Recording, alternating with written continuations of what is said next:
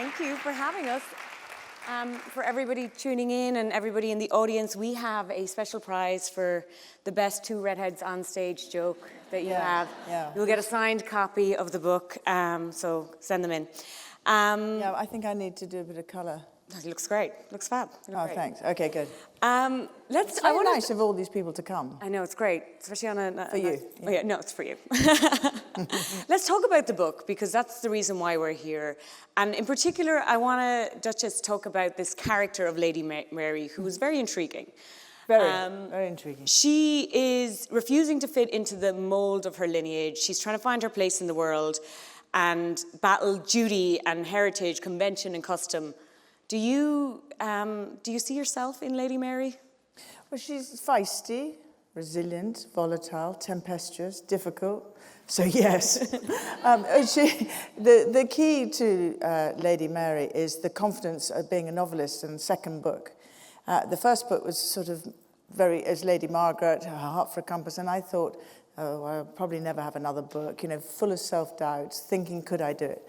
But luckily, Rachel Kahan, my editor, sort of has belief in me, and the great Marguerite Kay, we are collaborators together. I love that word, collaborating. I think everything is a collaboration.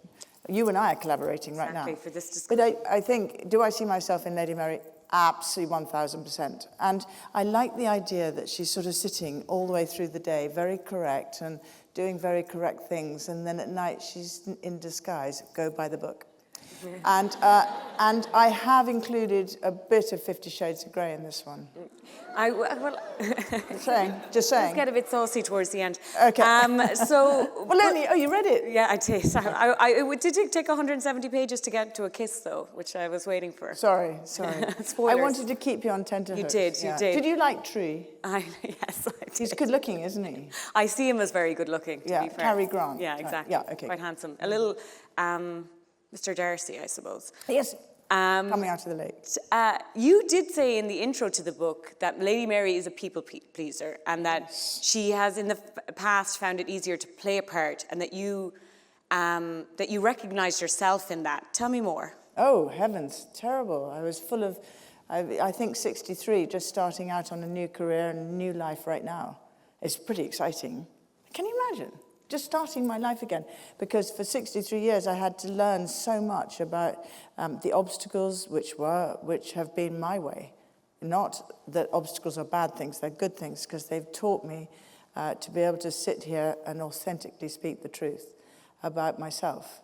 And so I've had a lot of mental problems, which I've always managed to hide very well. So people-pleasing, over-generosity, gift-giving, all that sort of stuff, was a part of my, they can't love me, I have no self-worth, therefore I must overcompensate. And I think it's a thing I talk about very candidly now. I've written 72 books, and out of that, just finished 3 young adult books on these absolute problems of facing young people now, facing bullying, cyberbullying, all those things. Was there a moment you stopped people pleasing? Do you recognize a moment where you were like, the power of saying no, or the power of not pretending anymore? Do you think it was in your 40s or 50s or 60s? No, it's still in there sometimes. Like, I'm really worried that all my friends that have come here tonight have got the best seats.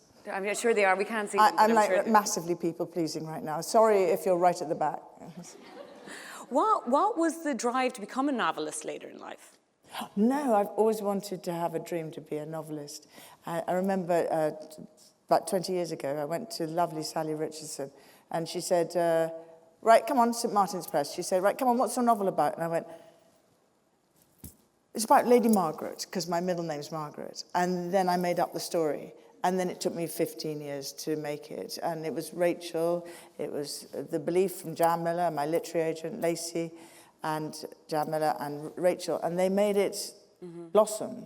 And I couldn't get over it, actually. What appeals to you about setting it? It's a piece of historical fiction, and we stay with the same family as your previous book. What about that Victorian era appeals to you in writing and setting fiction? Did you ever see The Young Victoria? No, I didn't. Oh. That won an Oscar for Best Costume from Sandra Powell. And thank you, whoever's clapping, thank you. It was entirely based on my 2 history books I wrote. And Emily Blunt played Victoria, and Rupert Friend, very good looking, played Albert. And so I've always been locked in the Victorian era, and I find it fascinating. I think if you drive through London today, you know, the Albert Hall, Albertropolis, the Science Museum, Imperial College, I think all of that is amazing achievement of Prince Albert, and really extraordinary what he's done for the Fine Arts Society of London. Anyway, so when I like to keep in that period because it teaches me so much. So in Lady Mary, okay, ready? I'd sort of said, right, Rachel said, go write another book, right? So I said to Marguerite, well, Lady Mary is trapezing across the towers. And Marguerite went, how can she do that? I said, well, look, let's check whether circuses existed in 1870. And sure enough, they did. So, of course, she's tightrope walking across the towers because she's got to get into the rooms to find who did it. It's a super sleuth, very fabulous Cary Grant type Catch a Thief. Tell me this, you love this era. Have you been watching other TV that's set in this era? Have you seen Bridgerton? I love it. What was it? Who's your favourite character? Shonda, you can have the TV show. Who is your favourite? Talking about... She's not here, but you know. Who's your favourite? Well, just tell Bridgerton? her. Who's my favourite? Well, series 1, you don't really need to ask. No. No. I mean... They didn't waste 170 pages to get into it. Right. Yeah, but you wait. Oh, that's a cackle. You wait till my next book. Okay. Rachel, wherever you are. Yes, we're going to the next book. No, so it's very exciting.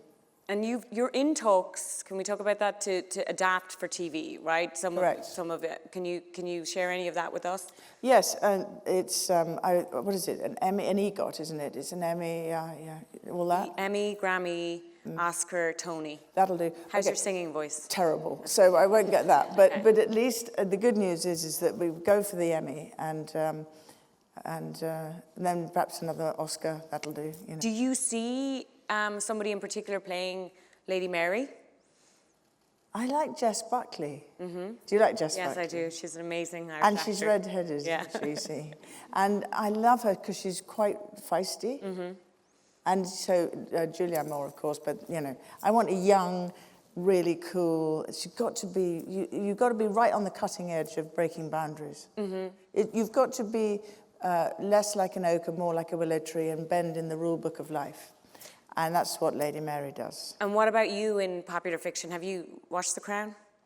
Have I watched The Crown? Yes, I've watched The Crown. It's fantastic. Is there anybody that you would love to play you in like future Well, I think they put me in for 5 seconds. Yeah, it I know. It wasn't enough. Yeah.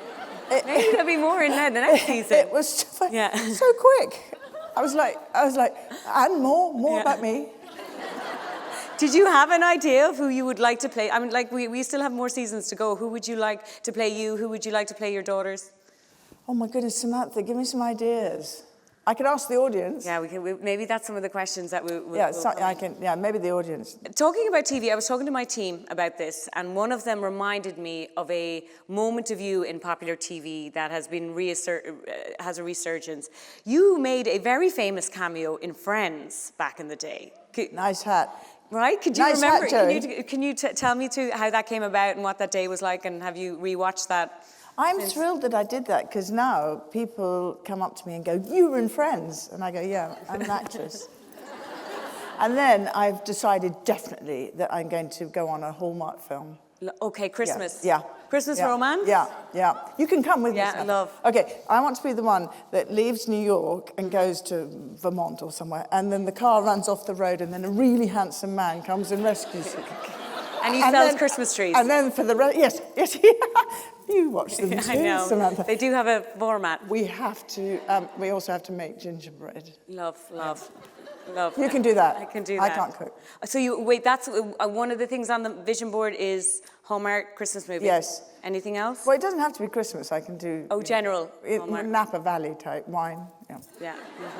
But definitely acting, I think that'll be my next thing on Hallmark films. Yeah. Love. Oh, and what else? Oh, lots to do. I'm just starting my life. Yeah, this is very true. I saw you on a clip today with Extra talking about being single. How does a divorced royal date? Are you on Raya, Bumble? What are we talking here? Answer is you don't. Okay. However, Billy Bush, he was really chatting away on the show, wasn't he? Having a bit of a flirt? Yeah. I loved it. Just to give Billy a call.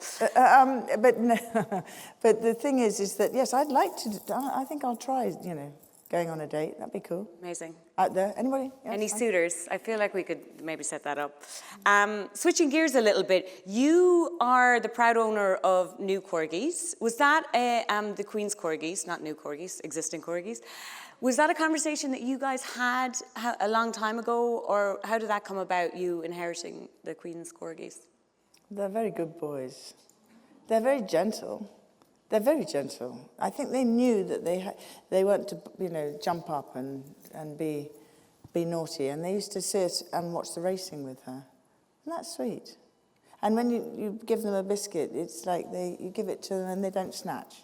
They're very nice. They're very special. They're national treasures. So it's terrifying.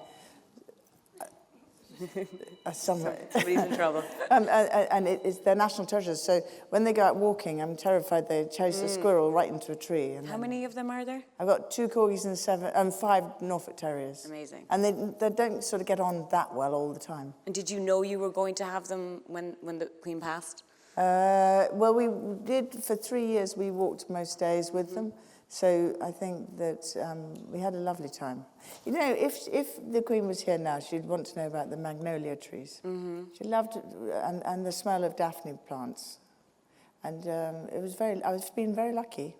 I have been very lucky. You guys were very close. Oh, she's more my mother than my mother. And you touch on a little bit in the book that you had a kind of strange, in your intro to this book, that you had a strange strange sometimes relationship with your mother. Talk to me about the Queen feeling like your mother. The Queen was like a hand of support behind your back without being there. For the whole nation, for the world. She was steadfast, consistent, iconic, a legend of her humour, of her extraordinary ability to put someone at ease. And it was just such an honour to I still now to this day think it's such an honour. What was your question? I've forgotten because I've gone off thinking about it. That's okay. I suppose my I've question gone off is, in my dreams. It's rare that somebody has, that we meet somebody and that's in front of an audience that's had that close of a relationship. What do you think people didn't know about the Queen that those closest to her did? You talked about the magnolias there, which I think is really interesting. Like, what did we not know about her that those closest to her did? I think humour is a huge one. I mean, really. I remember one day, I was in 1986, early 86, before my wedding, and I was engaged. And we were out having dinner, and we were cleaning up afterwards, and I took to the wet cloth, dishcloth. Right, and I was doing that with the table, and the Queen was standing there, and I wasn't married yet. And I went, "Come on, Agnes, let's clean the." Oh my goodness, I'm so sorry. I've just called the Queen of England Agnes. I'm so sorry. Please, forgive me. I honestly, And then she said, "Oh, it's all right, Myrtle. Carry on." I just thought it was such humour. I think that was the big thing. What did she teach you about being a grandmother? Because you're a grandmother to 2, 3? 2.5. It usually is due in sometime, midsummer, early summer. And that's great. I have a tendency to be the average age of between 3 and 6. That's sort of where I stay. Right. Yeah, I read stories every day, 12 minutes, children's stories. And so when they see me, they think I'm really funny. Yeah, I think I'm quite funny with them too. Do you think you're different as a grandmother than a mother? No, I'm a brilliant mother. I'm the best mother you could. I love my girlies. I'm so proud of them. They are exceptional children.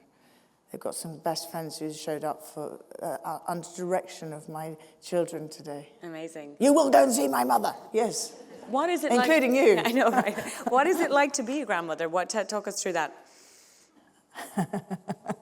How long have you got? I know, right? You talk about reading to them. No, I honestly, I love seeing my girls who are exceptional. Anyway, full stop, they're exceptional. And then, on top of that, these two little baby usually baby Beatrice is looking at me with the big eyes. They look like my girls, except August is teaching me to play trains and diggers. And Cece is just mini Beatrice. And she gets little pink tutus because Beatrice likes to dress her up like Barbie.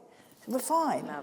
Yeah, but Beatrice and I are really fine with Barbies because they both never got a look in with toys. I was the one playing with the Barbies.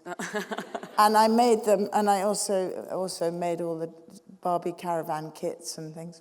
Do they have a favourite book of yours, children's book? They just love everything. Love it all. Yeah. They don't pick favourites. No. We've been talking a lot recently at Glamour about how weight and image was discussed in the 90s in particular. I grew up in Ireland. I watched what the British press, every 5 or 10 pounds somebody lost, including you, it was dragged over the coals in front pages of newspapers. You were at a time the face of Weight Watchers, and you've spoken in previous interviews about your relationship with food. Where are you now in relation to like body neutrality or body acceptance? How has that changed up until today? It's still terrifying. It really is, because Fat Frumpy Fergie sold a lot of papers. And everyone, it doesn't exist, the papers that wrote those things. And everyone really, they think, oh, it can't be that. They never wrote that, did they? What about 82% would like to sleep with a goat than Fergie? So eventually you believe it. And, Diana was really perfectly beautiful and she worked hard at it. But I always had terrible problems with my body morphic disorder. And it was really bad, because you really believed it and you took everything personally. And I think that's really important to talk about it. And even today, I can, if I get tired and you're looking so fabulous, I can go, I need to do something about this and get my hair red. And it's such a serious situation for me. Do you think about it as a grandmother, and you've got granddaughters, like what do you want the world that they live in terms of how people talk about their body or their weight? What's an utopia for you? Well, it's not really just about my daughters or grandchildren. It's about the world stop being so cruel. The cyberbullying and why can't you just be yourself? I felt very interested the other day when I made a speech at the LGBTQ+. And I walked up on stage and I said, it's the first place in my life that I don't feel judged. I really, really feel strongly about that. And it's because I have been the worst judge of myself. I have really exterminated myself, Sarah. And so it's all down to the age of 12 when Mum left to live in Argentina. And I chose food as my friend instead of my life. And then it starts. And then it gets you. And it is a disease. It is. But you just talk openly about it. And I always say to the girls, I've always brought them up, never to dismiss fears of life. You just face it. And I think that is the best mothering job I've done for them. For example, if there's 85.7 million displaced people in the world, okay, and most of those are children, they come over the border from the Ukraine, Yemen, Syria, Afghanistan. They come over the border, and they're all in fear, and their mothers are in fear because their husbands are at war. What are you going to do about it? We need to change fear, and we need to give them Play in a Box, which is my invention, which is with Montessori schools, to bring joy, to teach kindness. I've been working with a scientist on, you can teach kindness. There's EQ, IQ, and now KQ. It is a quota. You can teach it. And people say to me, what's your religion? And I say, kindness. Why? No, but you must have a religion. No, kindness. That's it. And I think that is the secret. Actually, I read this that the Queen said. I really like it. Do you want to hear it? I'd love to hear it.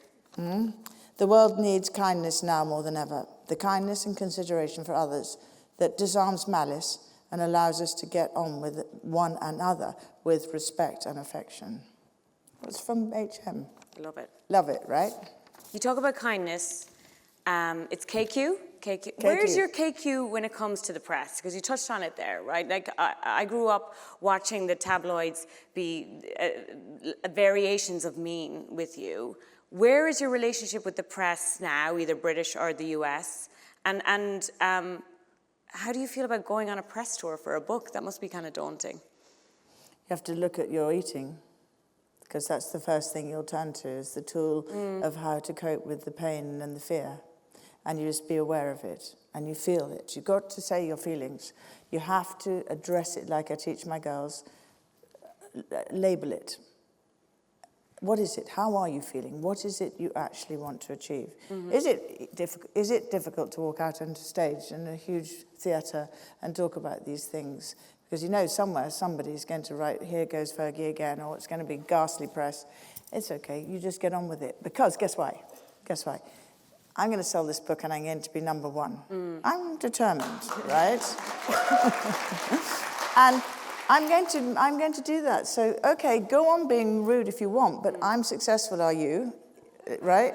So, not you, no. One. I hope so.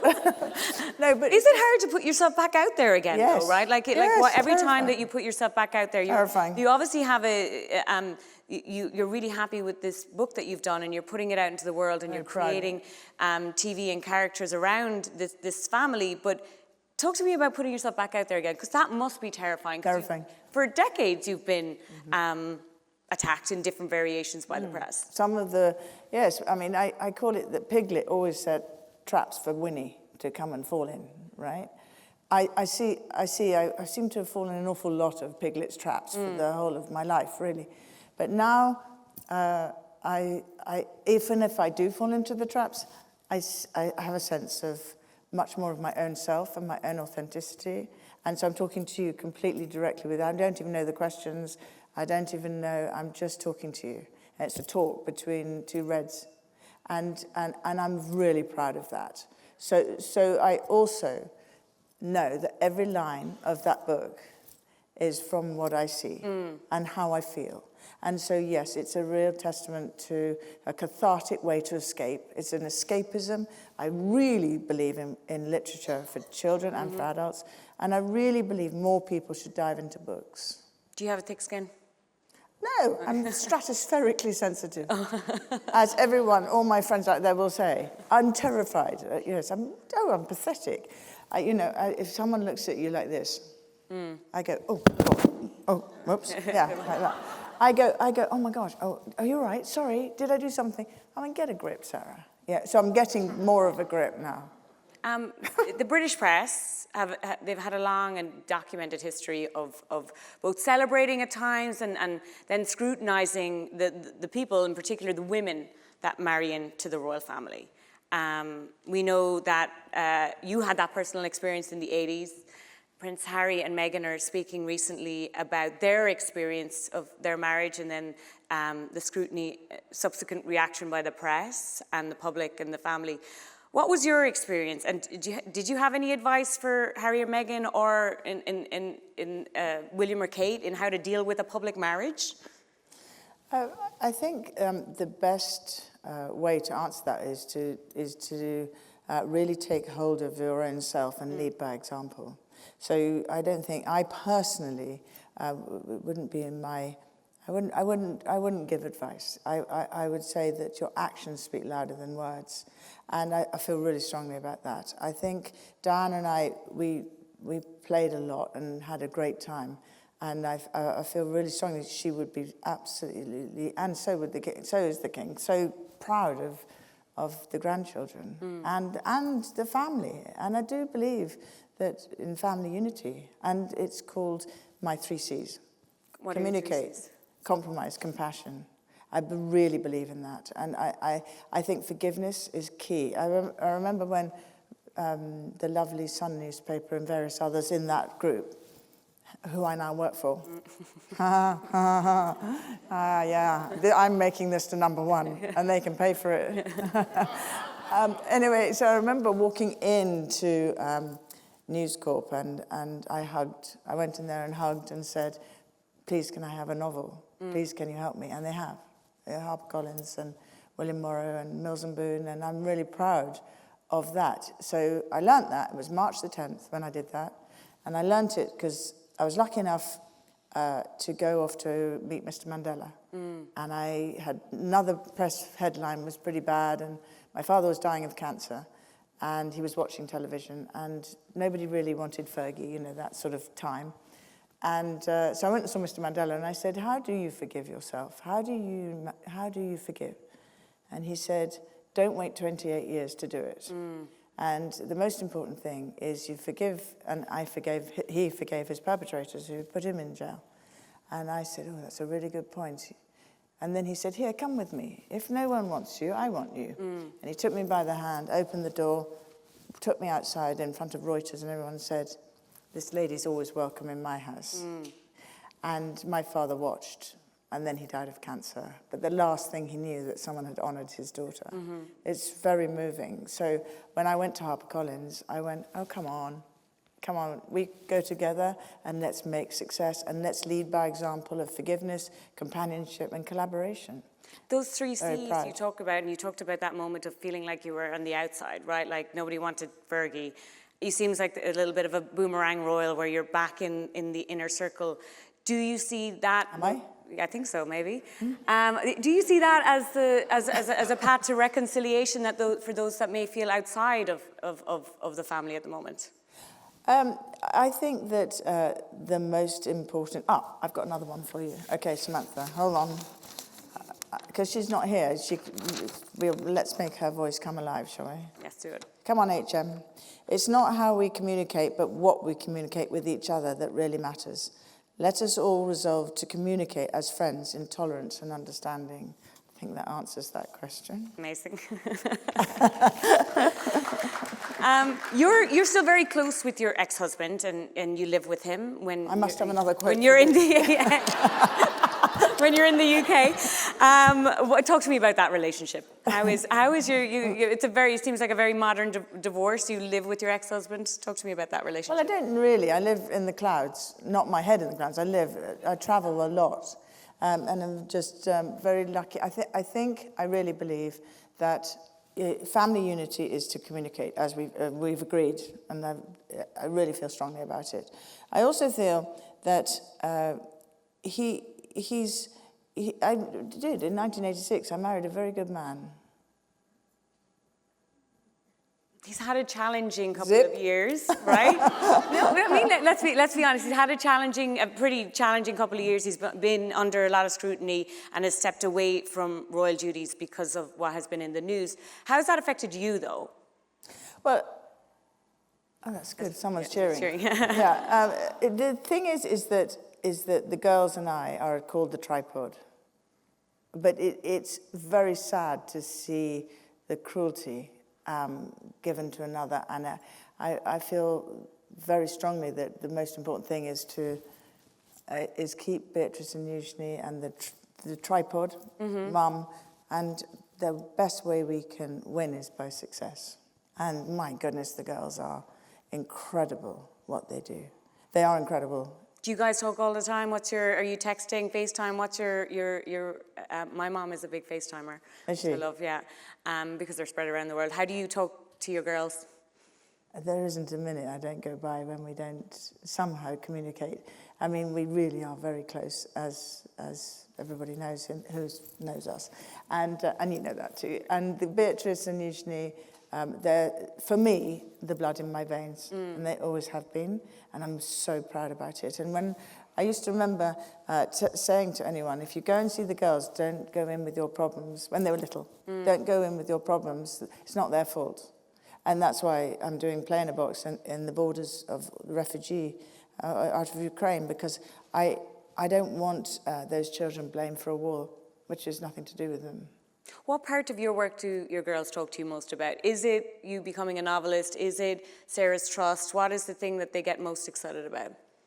Seeing Mum come on stage here today, because Mum's back. Right.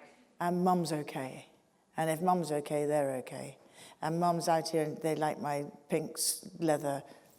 Olivia and We nearly Alice. wear the same dress, which We nearly turns did. out. And when I went out 3 days ago in bright pink, they went, Mum, you're on it.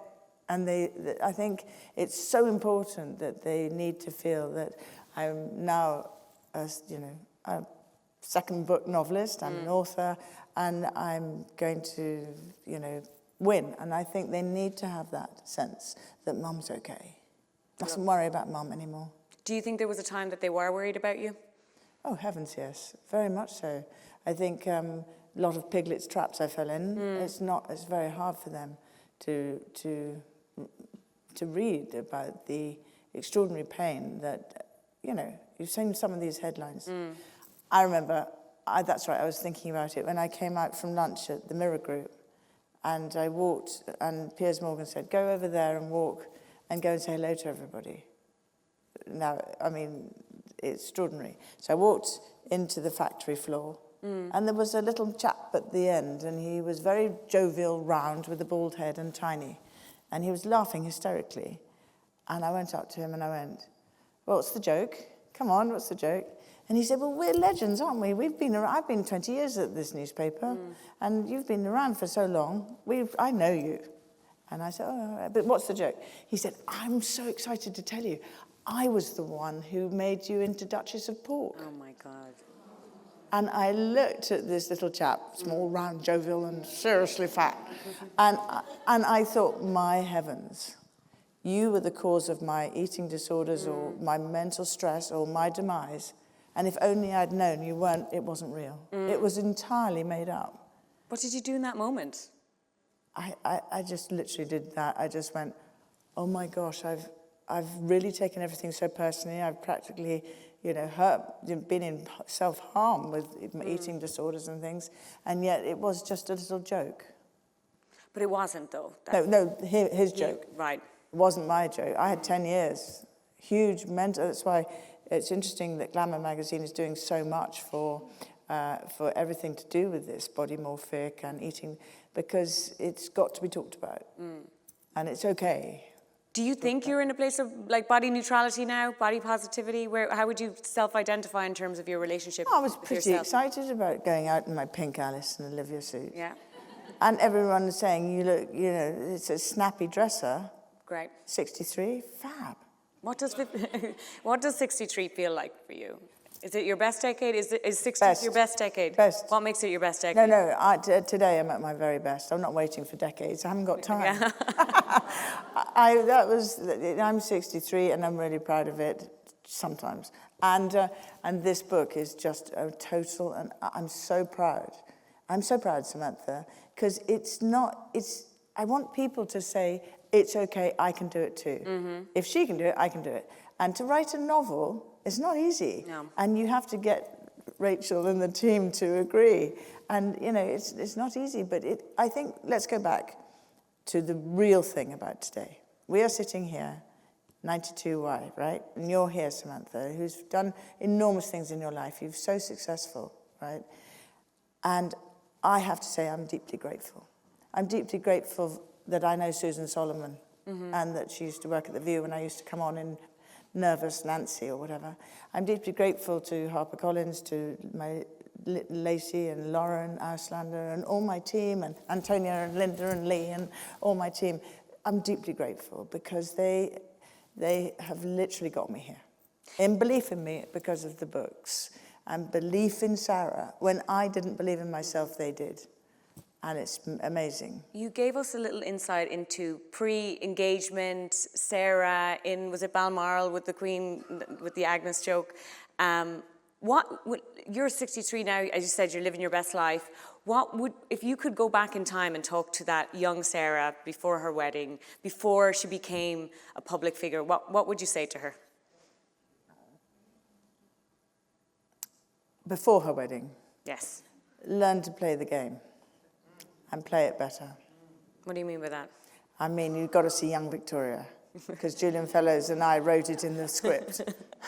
Prince Albert was sitting there, Victoria was 18, and she was playing chess with Albert. I love Julian Fellows. And she said, I don't think I can do this. I don't think I can know how to deal with governments and how to be queen. And he said, yes, you can. You just got to learn to play the game better than everybody else. How would you have played the game differently? I would have literally understood that you would take the institution and the monarchy, and you can just learn. And I could have learnt better. I was very young, 24. And I could have just sort of understood it better. I think I was so taken, and I was so in love, and I just went with the sort of energy of extraordinary luck. I mean, can you imagine? Why me?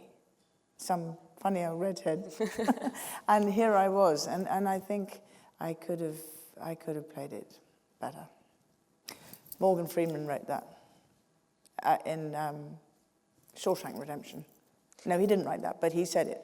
If I could go back to the young lad that did the crime, I'd tell him not to do it that way, and I'd do it something totally different.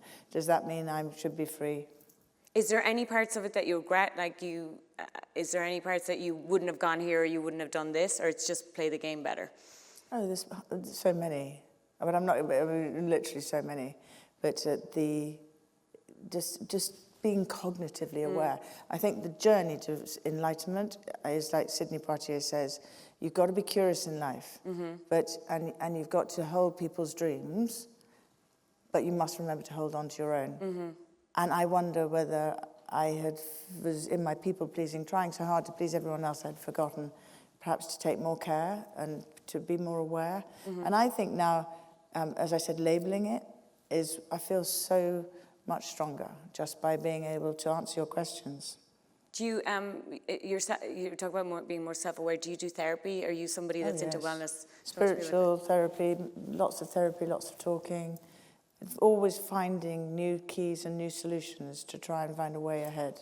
And you're still finding out about yourself at 63? Oh my goodness, I'll find out about myself till I die. It's a big, long journey ahead. You talked a little bit about style moments, and I have a story to share. I was telling a friend in Ireland that I was coming to interview you, and she said the summer that you got married, her mom went to a second-hand shop and bought, I think, a small communion dress or whatever it was. She spent the whole summer running around Dublin playing Fergie's wedding in a big white dress. You've had iconic style moments. Did she have a Fergie bow? Yeah. No, she was 5. Yes, she was. Oh, the bow. I thought, yeah. Yeah. She had the whole thing. You've had some iconic style moments or standout style moments. Why are you laughing? Because I've had some blunders. Yeah. The one about me in Yves Saint Laurent going out thinking that duvet cover is right to wear out, just because Yves Saint Laurent told you to wear it. What were your favorite? Well, that's a good blunder. What were your favorite things you've ever worn? And do you have? Could you see a time where your collection is on display? Sarah Ferguson's outfits through the ages. So there's lots of tents as well. We could probably go in one of the tents when I was quite big. No, I think that, I don't know, honestly, I've never thought about it. Do you want me to think for a minute? Yeah. Okay, yes, there's some Dolce & Gabbana I love, okay? And I love wearing classic suits. And Mum always said, you've got red hair, you don't need to be the fairy on top of the Christmas tree, never go in too brighter colours. So when I went out in bright pink the other day, I went, Mum, I've waited 63 years, Mum. Wear the pink. I'm sometimes afraid to wear green because I feel like an Irish dancer, but I do. But you know that the Irish people are my favourite people because of Pascal. So yeah, so in the first book, in researching the first book, you dug into your family history, which you trace back to Ireland. Talk to me about that. Yes, before we get to audience questions. I know we need to go, do we? Not yet. We've got more questions from these guys. Poor audience, they're probably desperate to go. This book is about my ancestors. So I found out, why have I got red hair? We're an endangered species, you know that. So why am I strong? Why am I still sitting here? Why am I alive? You know. So I found Lady Margaret in the first book, Lady Mary in the second book, because I unearthed them from the grave and gave them a voice. And I think women, especially women, should be given much more support to voice their opinions without being told they're weird and crazy. And one of the times was when I think another newspaper article had probably written something. Anyway, I went to Cork and decided to show jump, as you do. Of course you do. And so I went into Cork to Belgooly and I was show jumping. And it was very small fences, and I had a nice little horse. And as I jumped, all the farmers went, "Fergie, turn right now, turn right, and you might get a soda bread." I think I won a soda bread, which is great. But it was the confidence of the Irish people that they gave me the feeling of home. And that's because of Powerscourt, where my grandmother's house, which is the most beautiful gardens, the Sugarloaf Mountain, and I get a lot of strength from that. I am very Celtic, so I am a great believer in joy and sharing joy. Yeah, I mean, the Irish always like a ginger royal, to be fair. You guys are our favourites, you and Harry. Well, good. Before we get on to audience questions, the save the dates for the coronation went out today. Did you get yours? Was it? I'm travelling. Okay, you're busy. No, I'm not travelling on that date. I'm travelling here now. Yeah. So maybe it's not. Maybe it's gone to another place.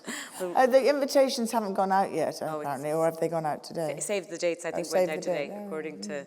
Well, I've decided the best thing about being British around a coronation, although I've never been to one because, so it's pretty exciting.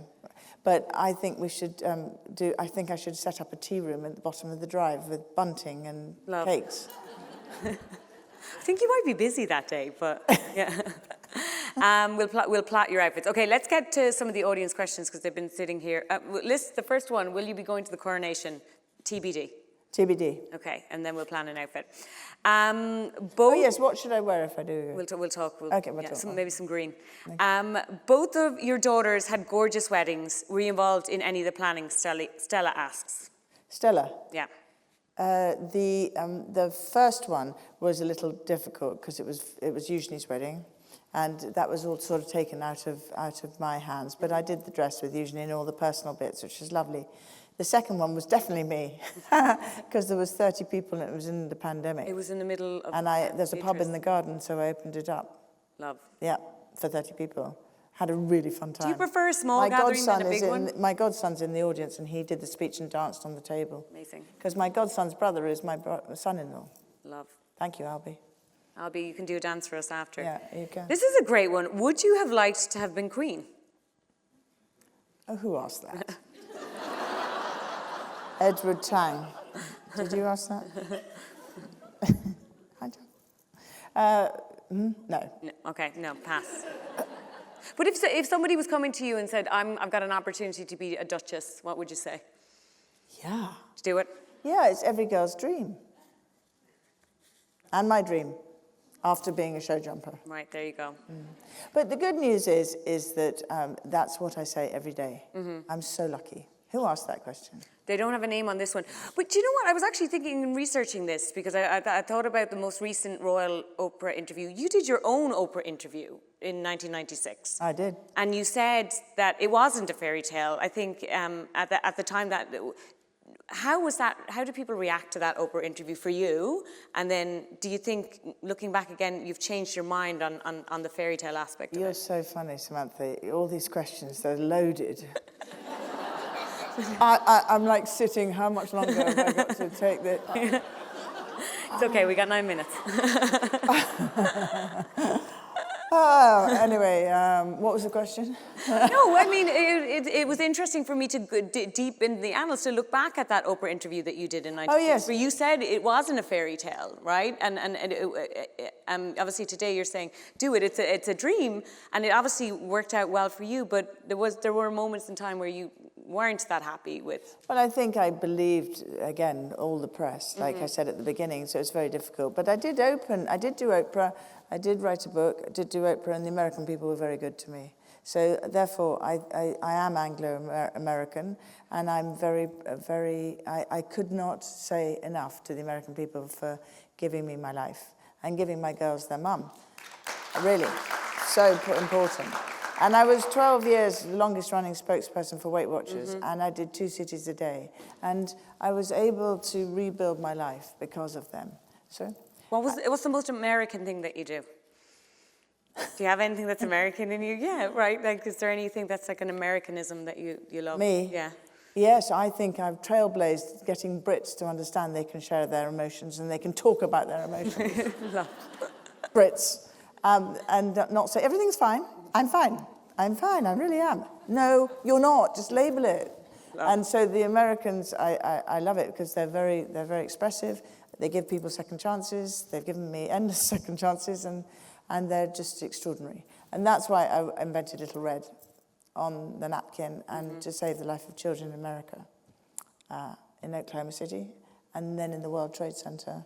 Little Red had her office because Howard and Alison Lutnick are my brother and sister in Cantor Fitzgerald here in New York, and Howard gave me an office there. And on this next biggest disaster in this country, the 9/11, Little Red came down from 101 floors, my rag doll that stands like that. And CNN filmed it and said, look, a child's doll, Wendy Whitworth. And Larry King said, no, that's no child's doll, that's Fergie's Little Red. And she stands for children's rights all over the world. The next day she was on the front of the New York Post as a sign of hope. And she sits in Ground Zero Museum now. Wow.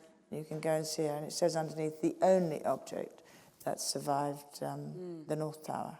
Wow. And I know that every single year, Howard and Alison and I, Do you go to see Little Red? Always. But I did that for the American people because I wanted to say thank you for what they've done for me.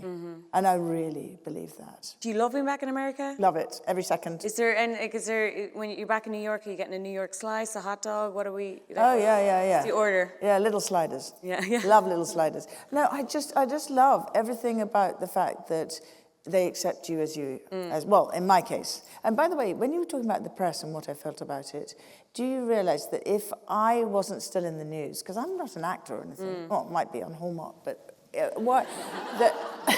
but why am I still famous? It's quite interesting, isn't it? Anyway, so I'm famous. But right this second, my little friend Sophie, who's all my 28 blind refugees coming over the border into Poland, are being recognised because I'm talking about them. Is that what you're concentrating? You do a lot of work with Sarah's Trust. Is the focus now on Ukraine? Is it displaced people? Displaced people. Generally. Yeah. Across. Yeah. And bringing play through Montessori method. We touched on this a little bit, but I want to go back to it. What did you think of The Crown? You're a very good moderator. Yeah. Thank you. Oh, Susan. What did you think of The Crown? Did you have a favourite season? Yes, I like the opening series. Me too. And I had another godson that played in it as well. He was in it. Can't remember which position. He was Harry Haddon Payton. He was been in here in New York.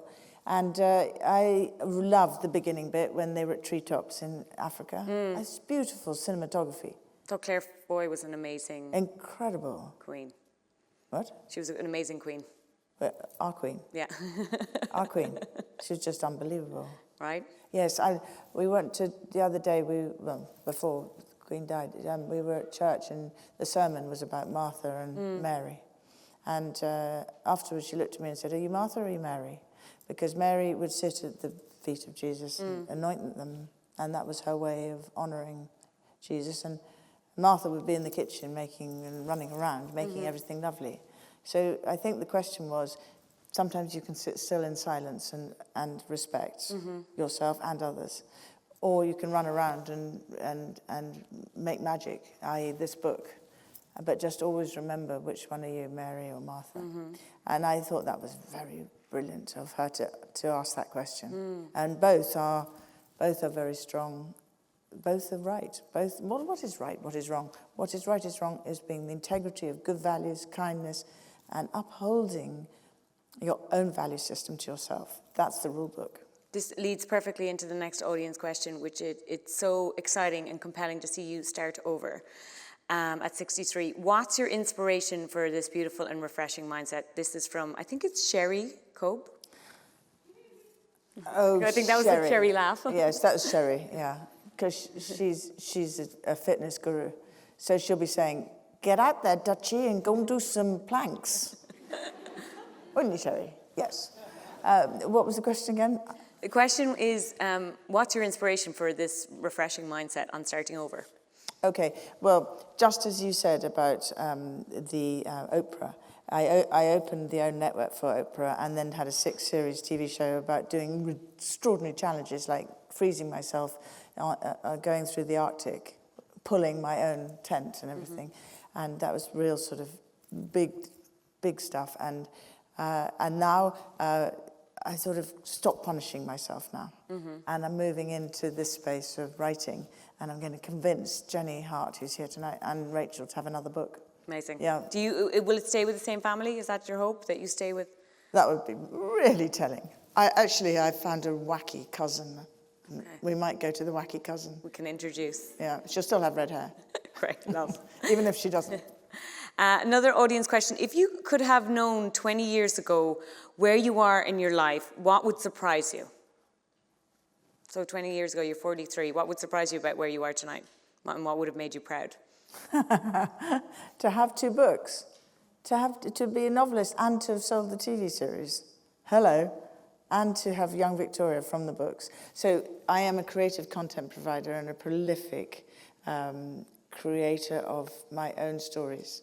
And future Hallmark star. And thank goodness you're here paying attention. I nearly forgot.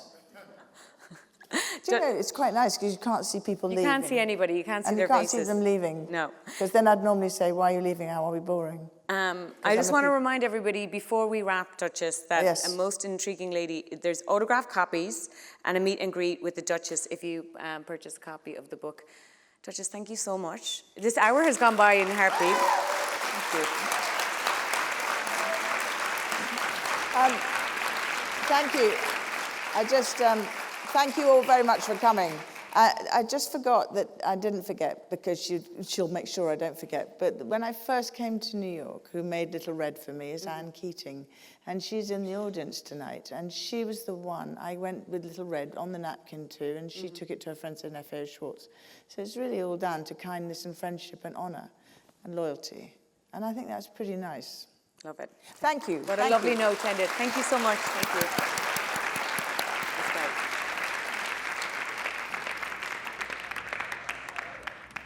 Thank you. Samantha, you're amazing. I haven't got some notes for you to do that. No, but thanks, guys.